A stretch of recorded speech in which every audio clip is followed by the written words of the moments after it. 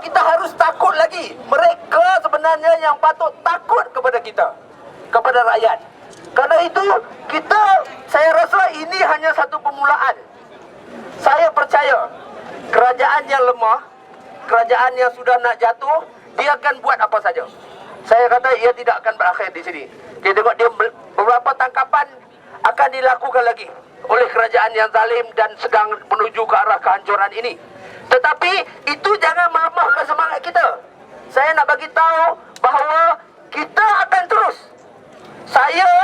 Contohnya saya akan terus buat kartun hari-hari selagi Barisan Nasional tak jatuh. Saya akan buat di pasal Najib ni memang kerana kerajaan sekarang ni kerajaan kartun. Betul. Kerana itu kartunis kena bangun melawan kerajaan ni. Kita tunjukkan kepada mereka bahawa kita patut saya minta semua orang melawan dengan cara sendiri. Dengan apa saja. Apa saja yang boleh lawan, kita lawan. Kita jangan bagi peluang ke kerajaan ni walau sesaat pun untuk bernafas. Kita mesti macam tu ya. Kita mesti, semua orang mesti berani melancarkan revolusi.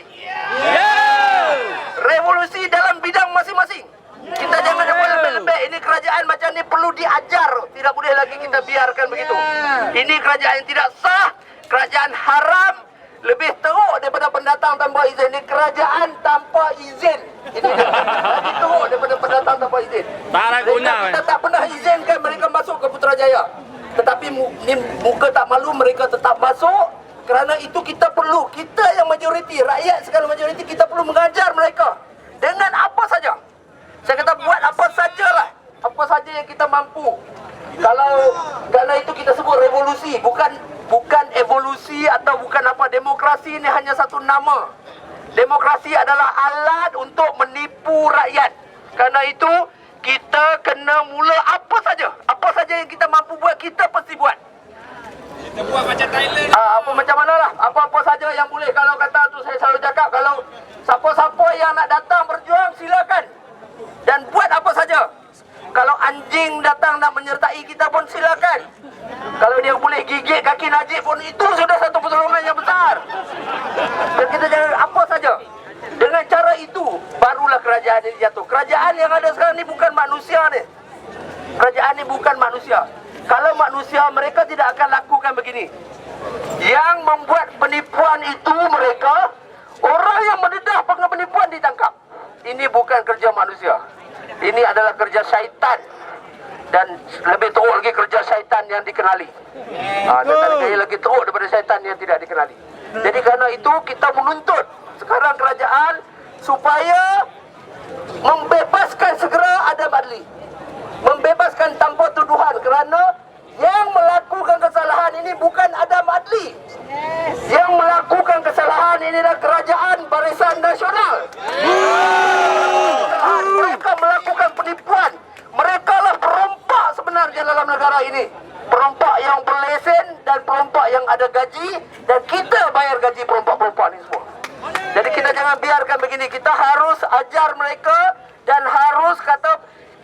kita harus kembalikan negara ini kepada satu landasan sebenar, iaitu yang salah dipenjarakan. Sekarang ini yang benar dipenjarakan, yang salah dapat naik pangkat. Itu negara kita sekarang ya. Semua yang benar, yang mengampu, semua naik pangkat. Yang salah, yang salah ni semua naik pangkat. Yang menebak kesalahan ditangkap dan sebagainya. Jadi sekali lagi, untuk kali terakhir, saya nak nyatakan pada kita semua, kita harus terus berjuang. Kerana perjuangan ini adalah memakan masa satu perjalanan yang sangat panjang. Jadi kita teruskan berjuang sehingga ketitisan darah terakhir. Kalau saya tu sehingga ketitisan dakwat terakhir lah saya pilih. Okey, lawan tetap. Lawan. Lawan tetap. Lawan. Lawan tetap. Lawan. Terima kasih kepada saudara Zuna Kartunis dan juga aktivis rakyat, saudara-saudari sekalian. Seterusnya saya mempersilakan, tidak lain tidak bukan, saya tak gelarnya dengan gelaran Datuk kerana saya tak percaya pada Sultan. Jadi saudara-saudari saya persilakan peguam yang juga tokoh bersih dari Ambiga untuk menyampaikan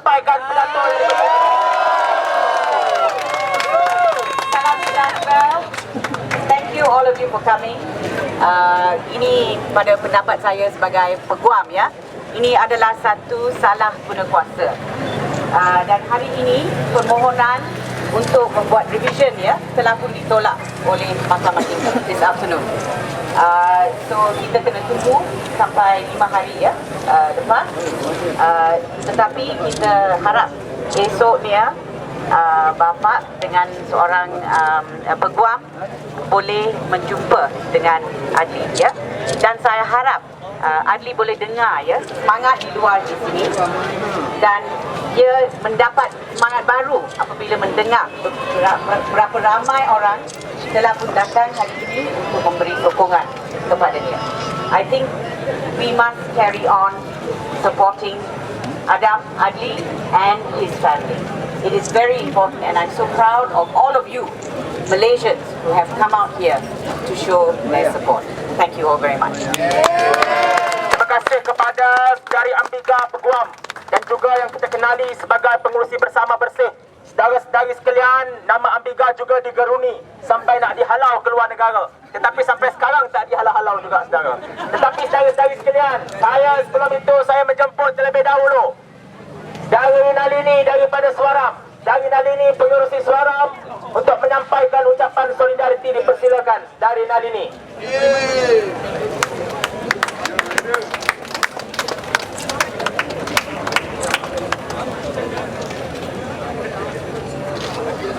Okey, kalau saudari Nalini belum bersedia, saya minta Nurul Izzah. Nurul Izzah. Kalau ada lagi Nurul Izzah. Baik, saudara.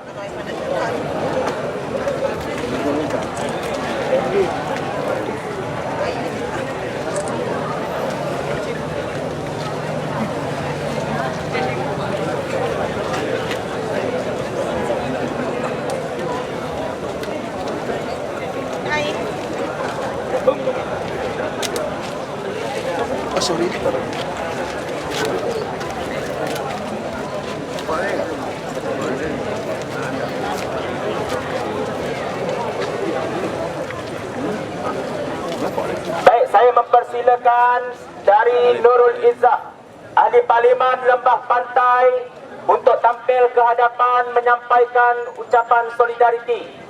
Dipersilakan.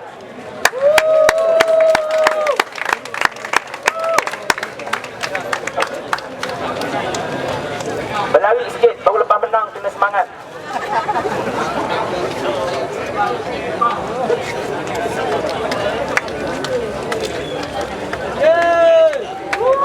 Reformasi!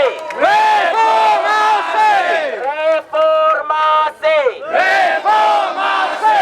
Reformasi! Reformasi! Hidup, hidup! Hidup, hidup! Hidup rakyat! Hidup rakyat! Tombang, tombang! Tombang, tombang! Kezaliman! Kezaliman! Persilakan. Bismillahirrahmanirrahim. Assalamualaikum warahmatullahi wabarakatuh. Salam sejahtera semua. Hari ini kita berada di luar dan kita bersama untuk membantah kezaliman yang telah dilakukan terhadap teman kita, saudara Adam Adli. Tuan-tuan dan puan, saya ingin nyatakan dengan jelas di sini.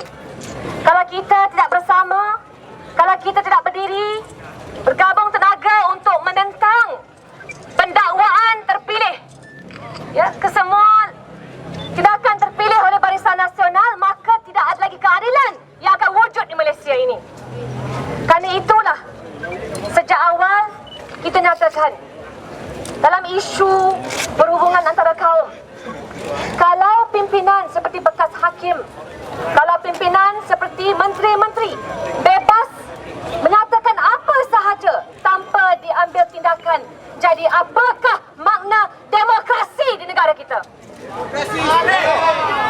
Kerana itu saya nyatakan, selepas PRU ke-13 berhadapan dengan kerajaan yang tidak takut untuk menyalahgunakan kuasa, usaha kita malam ini sepeguam untuk memastikan saudara Adam Adli, bukan beliau sahaja tapi sesiapa pun, diberikan kebebasan seperti termaktub dalam Perlembagaan Persekutuan dan tidak menjadi mangsa kepada pendakwaan terpilih terpilih itu harus berterusan. Saya masih ingat kalau kami sekeluarga di luar penjara Sungai Buloh berkumpul tahun 1998 di luar Hospital Kuala Lumpur berkumpul kerana kita tahu kerajaan yang telah menyalahgunakan mahkamah, menyalahgunakan undang-undang, menyalahgunakan PDRM tentu tidak layak lagi mendapat tempat di hati masyarakat Malaysia. Kerana itulah hadirin hadirat, sama-samalah kita berjuang. Saya mohon, saya ucap terima kasih di atas kehadiran pada malam ini. Tapi saya mohon, perjuangan ini bukan mudah. Bukanlah mengambil masa seminggu, 2 minggu, tapi bertahun-tahun. Kerana inilah perjuangan sebenar untuk menuntut keadilan dan demokrasi seperti yang kita harapkan menerusi perubahan yang sebenar. Wabillahi taufiq wal hidayah. Assalamualaikum warahmatullahi wabarakatuh. Hidup, hidup! Hidup, hidup! Hidup Adam! Hidup Adam! Terima kasih kepada Nurul Izzah, Ahli Parlimen Lembah Pantai. Saudara-saudari sekalian, pada malam ini juga saudara, kita akan mendengar luahan hati seorang ayah kepada aktivis Adam Adli, iaitu saudara Halim. Tetapi sebelum itu saudara, saya jemput terlebih dahulu pengerusi Suaram, saudara Nalini. Pengerusi Suaram, saudara Nalini, untuk sedikit ucapan solidariti. Saya jemput saudara Nalini untuk tampil ke hadapan. Ada saudara Nalini? Ada.